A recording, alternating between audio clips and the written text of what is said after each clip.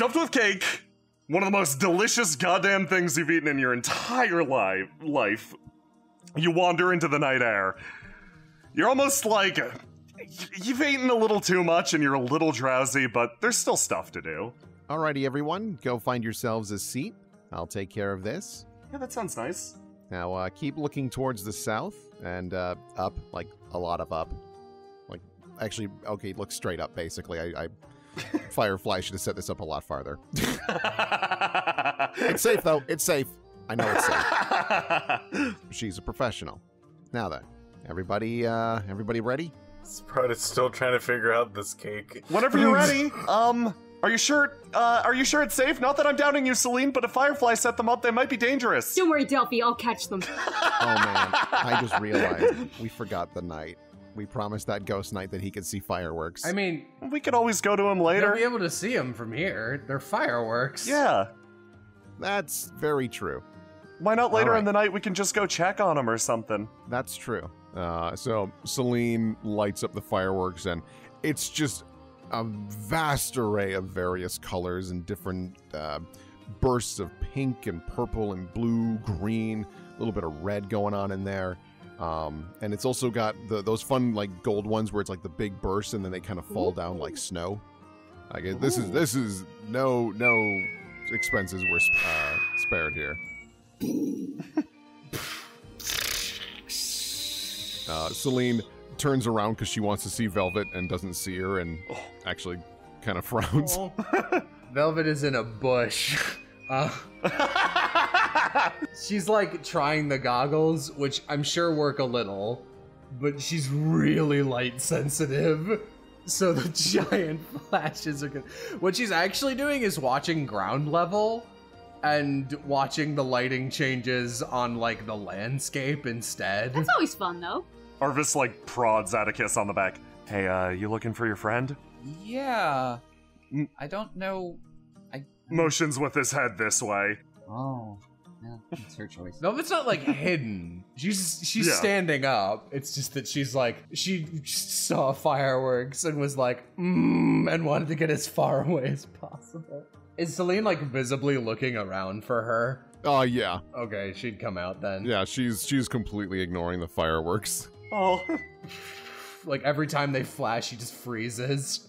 Oh, there you are. Oh, hey! She actually didn't see you until you were 1 foot in front of her. I just kind of realized, is this a bad thing? Oh, no, it's cool. She's wearing weird goggles and hiding in a bush. Celine just sits down and starts looking at the ground. I mean, this works too. You two sit down and you sort of watch the after effects of the fireworks. You're looking at ground level and you see as Delphi spastically running back and forth as like sparks seem to be coming near the buildings, and she runs at one, stops when it clearly goes out, like, phew. Runs back. Celine just looks at Velvet. I'm sorry, I should have checked with you that this was okay. No, it's fine. You seemed excited. It's like an eye condition. I have many conditions. I'm sorry. I'll keep that in mind in the future. It's fine. I'll let Firefly know too. Okay. She like is surprised you're even doing that with her at all anymore. She winks. She knows at this point. It's fun to people watch during this.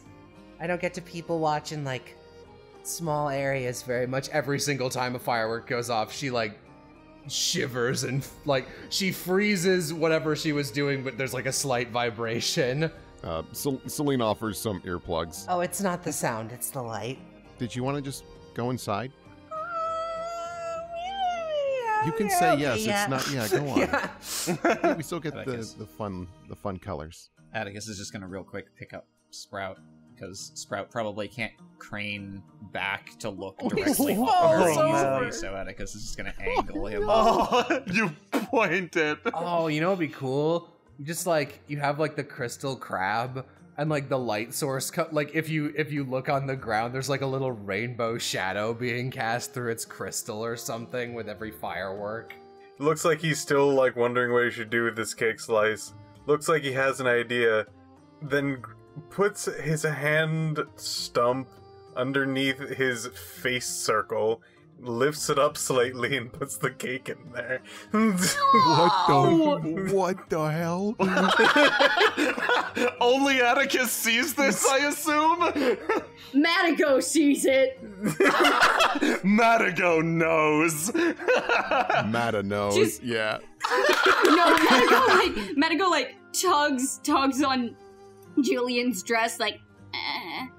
I would imagine Celine pressed up against the glass. What the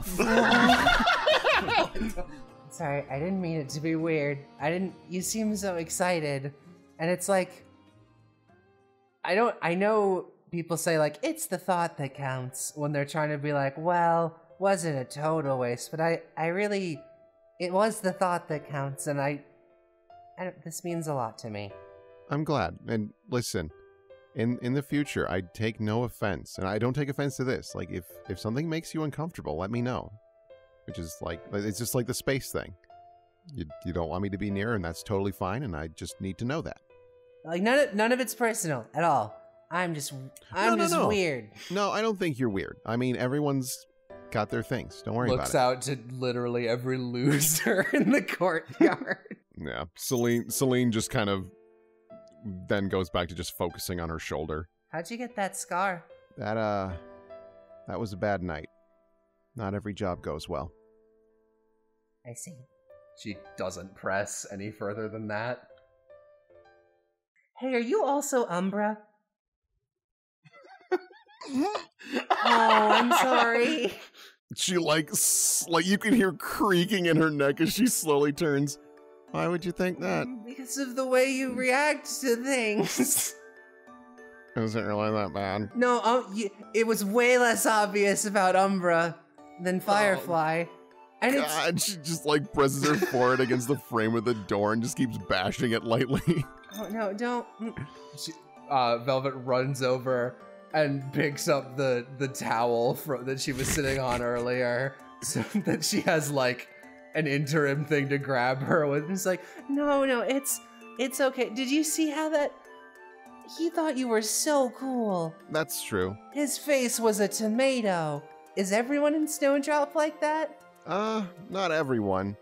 I mean, the nobles and a lot of the big fancy mages don't like me very much. Yeah, but you know, like the good people. she says cynically. And Celine's like, yeah, no, but the good folks, they like me. Well, they like her. They like them. But that's okay. I like all three of you. I guess I haven't met Umbra. I like you. Yeah, because she's in Snowdrop. Yeah. But when you say that you like all three, Celine actually kind of wipes the side of her eye. Thank you. Dab, dab. She taps you with the towel. Well, I hope this has been a pretty good first birthday. Yeah. This is my favorite one so far. Well, I mean, it didn't have to try hard. It's the first one. The first official one, but it was still my favorite. That's good. We'll try and top this next year, and no fireworks. We'll find something else. We'll try, I don't know. We'll figure something out. Ooh, we'll get like a mist machine or something. Yeah. Get some smoke bombs. That could be fun. Yeah, we'll start planning. Yeah, there's certain melancholy to those words. You hear scrambling at the door. Hey, we're gonna go see Hedrick. You guys want to come along? We're gonna see if he saw the fireworks. Night woods. Yeah. Scamper. Yeah. You take a quick trip back through the woods. Thankfully, it's uneventful. You don't run into any spooky ghosts. You don't run into Matago in the woods either, as Delphi warned you. She kind of trails behind a little bit, like almost on guard for something. She's holding her staff up. We're not gonna find the green man, I keep It's telling fine. you. No. We're gonna find him one of these Okay. days. We moved the rock. That No, means he's okay, coming. well, first thing is that you said that he doesn't show up when there's groups of people. There's like 8 of us here. That's true. But he could also pretend to No. be one of No. us. She just hangs her head for a second. You guys wander up to the grave. Now, where the heck is he? Oh, hold on. And she, like, throws an unlit, it is not lit, sparkler into the little basket. You, it's kind of weird, actually. There's nothing really here. The fog is completely gone. Even, like, everything seems to be still in this glade. You notice, sort of out of the corners of your eyes, what hung around this area. Just a tiny spring of color stretching up and sort of like heavens bound. You take a look and, like, your mind begins to sort of put it together. Hedrick's probably gone, and, well, you guys helped him get there. Yeah, I was worried that we were too late. Well, I would have liked to talk to him again, but this is what he wanted. That's true. Your eyes sort of follow the track skyward. Suddenly you notice, like, it's not just here. The color seems to spread from all around. All around the forest lands, you notice strands of light stretching upwards. It's something you've never really seen before. Well, not like this, and you almost feel transfixed. Suddenly the uncertainty that you were feeling sort of starts to slip away a little bit. Your eyes fixate on the sky. You realize you've never really had a chance like this to see the colors of the heavens popping out in the wilderness. For some of you, you've lived too far from people to see the mark they leave on the world.